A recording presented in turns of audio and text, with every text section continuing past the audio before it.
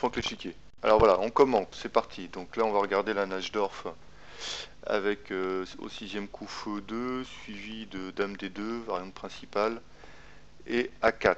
C'est parti. Donc la Najdorf classique.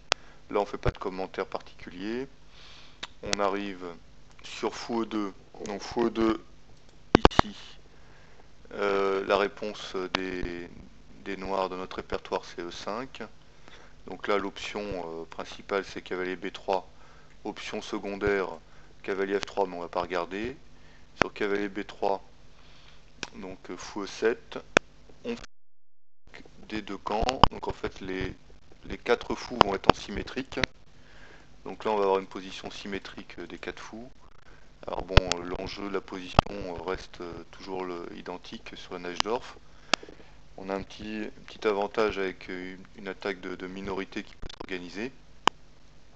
Et on a toujours notre faiblesse en D6. Donc sur l'option principale, donc on a Dame D2 ou F4. Donc là on va regarder Dame D2, F4 on regardera sur une autre vidéo. Donc Dame D2, cavalier BD7. Donc ça c'est notre stratégie de répertoire. Les blancs répondent par A4. Donc A4 pour empêcher la poussée B5, tour C8, et il fixe la minorité ici. Donc on a une fixation de la minorité par notre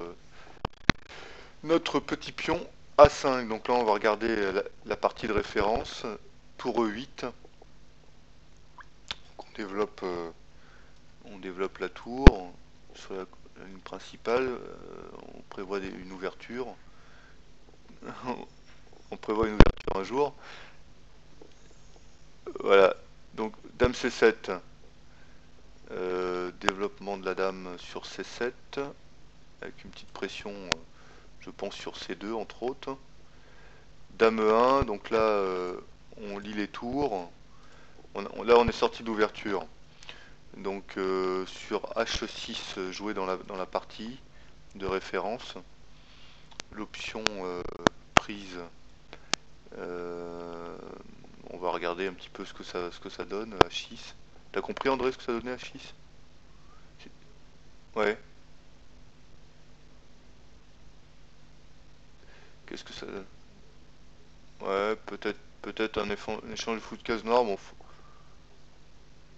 peut-être un fou G5 qui peut arriver assez vite. Donc cavalier C1, donc là l'optique de cavalier C1, on peut le voir. Ouais, ouais. Donc ok, c'est un petit peu long. Attends pas. Un petit peu long, mais bon, ok, on regardera. Alors là, en fait, la rupture des noirs, c'est tout de suite des 5. Donc coup critique dans la position. Donc on prépare l'avance avec une suite logique et forcée.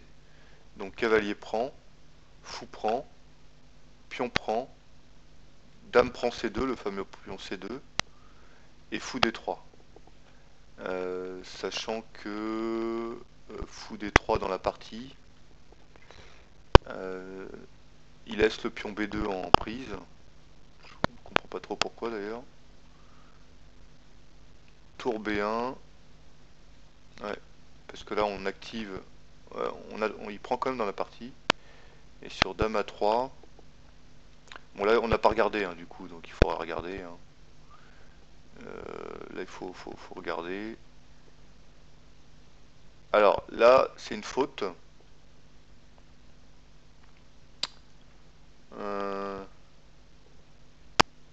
Parce que le pion D5 va devenir monstrueux. Donc en fait, bon après il prévoit des options, il faut la regarder en détail. Donc on va arrêter là.